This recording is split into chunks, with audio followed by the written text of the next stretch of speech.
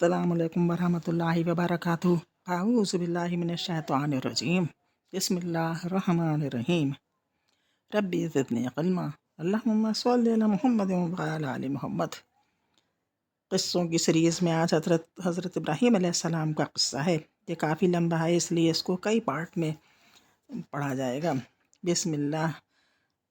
क़िस्सा हज़रत इब्राहीम अलैहिस्सलाम का। जब कोई औलाद साम बिन नूह बिन तारिक़ की अरब व अजम में ना रही, बाज़ लोग तूफ़ान से हिलाक हो गए और बाज़ फ़रिश्ते की आवाज़ से मरे। बादशाह नमरूद, अल्लाह की लानत हो इस पर, मुल्क से निकला, अजम के मुल्क से निकला। वो कनान बिन आदम बिन साम बिन नूह अलैहिस्सलाम का बेटा था। इसकी ज़ुबान अरबी थी। इसकी बड़ी क़ुव्वत और हशमत और शौकत थी। अपने लश्कर की क़ुव्वत के सबब से उसने शाम में कब्ज़ा कर लिया। इसके बाद तर्किस्तान को फ़तेह करके औलाद बिन हाफिज़ इब्न नूह को अपना फर्मा बरदार बना लिया। इसके बाद हिंदुस्तान में आकर औलाद बिन नूह को मती किया और रोम पर भी कब्ज़ा कर लिया और तमाम जहान मशरिक़ से मग़रिब तक इसने कब्ज़ा कर लिया इल्ला माशा अल्लाह। इसके बाद कूफे में जाकर मुक़ाम किया। अब जिसको बाबुल कहते हैं, वहाँ तख्त पर बैठा। तर्किस्तान और हिंदुस्तान और रोम और मग़रिब और मशरिक़ से ख़राज इसके लिए आता। ख़राज मतलब इसके जो भी टैक्स वग़ैरह जो लगाता था वो सब आता। 1700 साल तक उसने बादशाही की थी। बहुत बड़ा मुतकब्बिर था। कभी आसमान की तरफ नज़र न करता और अल्लाह से कोई हाजत न मांगता और कहता था कि मैं खुदा हूँ। आसमान का खुदा क्या चीज़ है। अल्लाह की लानत हो इस पर। मगर इस वक्त वो आसमान की तरफ नज़र की थी जब गिद्ध के कंधे पर सवार होकर खुदा को तीर मारने के लिए आसमान की तरफ जाता था। वो कहता था कि मैं खुदा को तीर मारकर हलाक कर दूंगा। तो बस वो गिद्धों के ऊपर सवार होकर आसमान की तरफ जाता था, तभी वो आसमान की तरफ देखता था।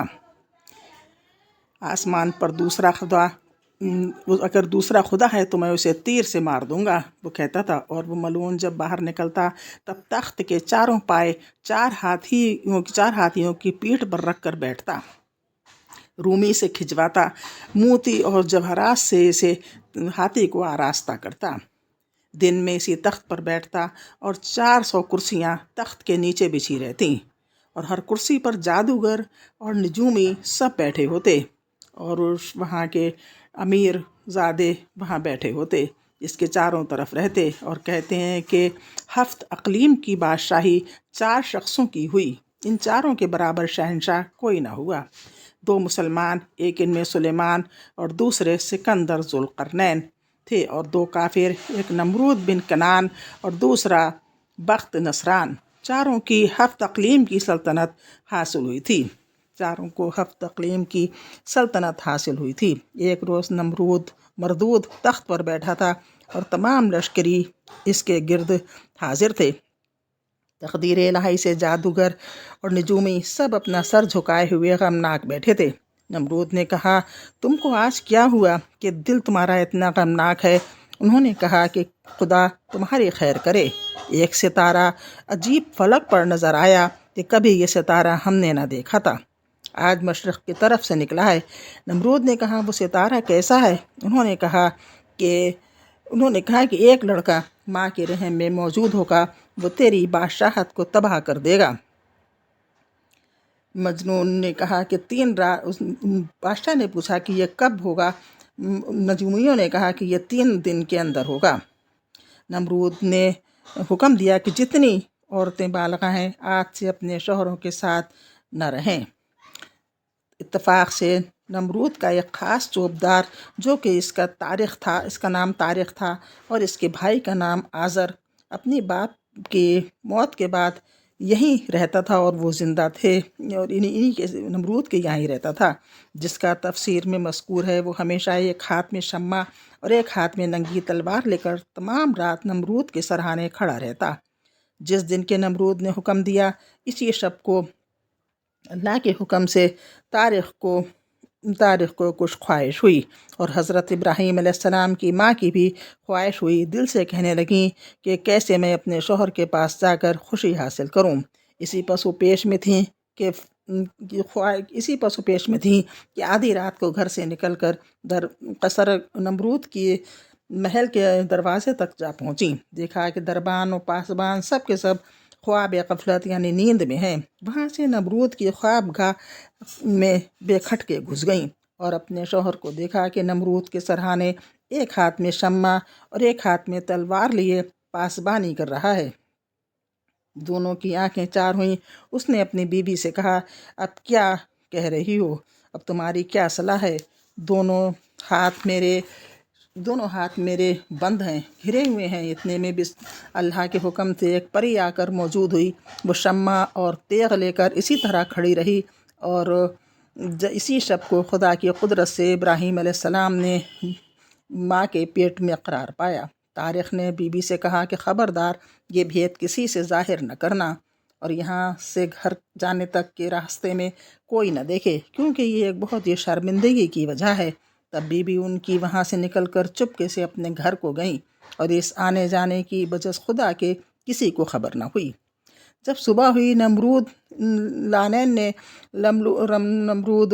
ये लानत अल्लाह की उस पर, उसने नींद से उठकर तारिक की पेशानी की तरफ निगाह दौड़ाई कि एक नूर इसके चेहरे पर चमकता है। नमरूद ने कहा, तारिक, आज चेहरा तेरा नूरानी देखता हूँ बखिलाफ़ और दिनों के। तारिक ने इसकी तरक्की और इकबाल की दुआ की।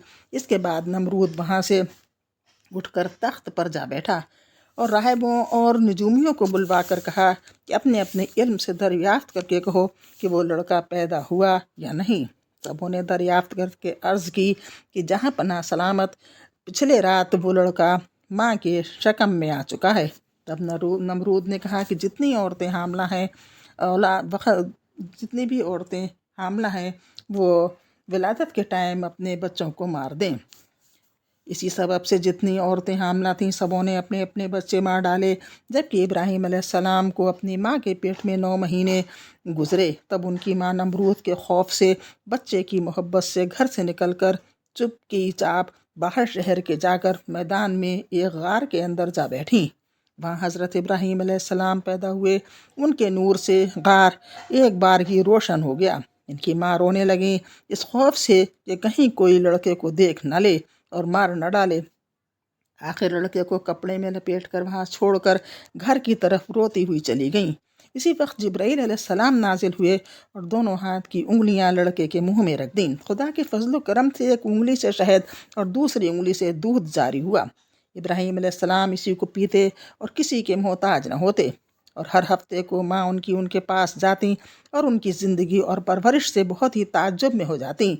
जब वहाँ से निकल आई, गैब से एक पत्थर आके गार के मुंह को बंद कर देता। जब उनकी माँ आती तो इस पत्थर को अलग करके उन्हें देखभाल करके चली जाती। इसी तरह से 7 साल गुजर गए।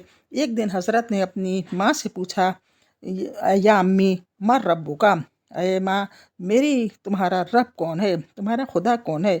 वो बोली, तेरा बाप तारिक है जो मुझे खाने को देता है। बोला, इसका खुदा कौन है? बोली, सितारे हैं, कवाकिब हैं, यानी सितारे हैं। फिर पूछा, कवाकिब का यानी सितारों का खुदा कौन है? इस बात को सुनकर माँ इनकी लाजवाब हो गई और शर्मिंदा होकर चली गईं और सारी बातें ये तारिक को यानी उस इब्राहीम के बच्चे को इब्राहीम के बाप को सुनाई। उसने कहा, ये लड़का नमरूद का दुश्मन होगा, इसमें कुछ शक नहीं। इसी फिक्र में था कि उसे क्या किया जाए, कि उस बच्चे का क्या किया जाए। एक रात इब्राहीम ने गार से बाहर निकलकर आसमान की तरफ नज़र की, सितारों को देखकर कहा कि मेरे माँ बाप इनको खुदा कहते हैं। इसके जवाब में अल्लाह ताला ने फरमाया, जब अंधेरी आई इस पर रात तो देखा एक सितारा, बोला ये तो वो बोला कि ये रब मेरा है। फिर जब वो गायब हुआ बोला, मुझको ख्वाहिश नहीं छुप जाने वाले की। फिर जब चाँद निकला तो अल्लाह ने बताया, अल्लाह के हुक्म से ये कुरान में बताया कि चाँद को रोशन देख के बोला, ये मेरा रब है। जब वो गायब हो गया हज़रत इब्राहीम बोले, अगर अल्लाह तूने मुझे रास्ता नहीं दिया, तो मुझे रास्ता राह नहीं दिखाई तो मैं भी भटके हुए लोगों में यानी गुमराहों में हो जाऊंगा। फिर जब देखा कि आफताब निकल आया, सूरज निकल आया تو سمجھا کہ یہ بہت بڑا ہے، یہ میرا رب ہے۔ تب اللہ تعالیٰ سے اس نے کہا، تب ابراہیم علیہ السلام نے کہا جب کہ یہ میرا رب کیسے ہو سکتا ہے، یہ بھی تو غروب ہو گیا۔ پھر جب وہ بھی غروب ہو گیا تو بولا یہ میرا رب ہرگز نہیں ہو سکتا، یہ بھی غروب ہو گیا۔ اے قوم، میں بیزار ہوں ان سے جن کو تم شریک کرتے ہو۔ خدا کی طرف میں نے اپنا منہ کیا، اس کی طرف جس نے آسمان اور زمین کو ایک طرف کا ہو کر یعنی تنہا ہو کر بنایا، اور میں سب شرک کرنے والوں سے تنہا رہوں گا، کسی کو اپنا شریک، کسی کو اللہ کا شریک نہ بناؤں گا۔ آج بس اتنا ہی، انشاءاللہ کل دوسرا پارٹ ہوگا۔